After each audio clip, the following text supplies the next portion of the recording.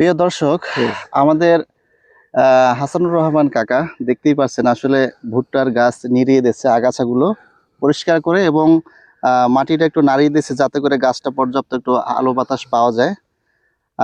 আসলে কাকা, এই উত্তর অঞ্চলে এই এত পরিমাণে ভুট্টা এবং উদ্ভিদ শাকসবজি এগুলো হওয়ার মূল উদ্দেশ্যটা কি, মানে এর কারণটা কি যদি একটু বলতেন আমাদেরকে। মানে উদ্দেশ্য হচ্ছে যে এই জমিটা তো ধান তেমন ভালো হবে না, এই অন্য অন্য শস্য ভালো হবে না। যেমন এই যে এখানে যদি একটু দেখাই, হ্যাঁ, একটু কাছ হ্যাঁ, থেকে যদি আমরা দেখাই, এই একদম যে বালু মাটি। এটা হলো একদম বালু মাটি, একদম বালু, মানে হ্যাঁ, এটা 50% এই 70% বালু, বালু। 70% বালু। এই বালু মাটির কারণে মূলত এখানে ভুট্টা চাষ খুব ব্যাপক আকারে হয়। যদি এদিকে যদি আপনাদেরকে একটু দেখাই, হ্যাঁ, দেখুন কি সুন্দর চমৎকার এবং ভুট্টা হয়েছে। তো এগুলো এখনো ভুট্টা বের হয়নি, বের হবে।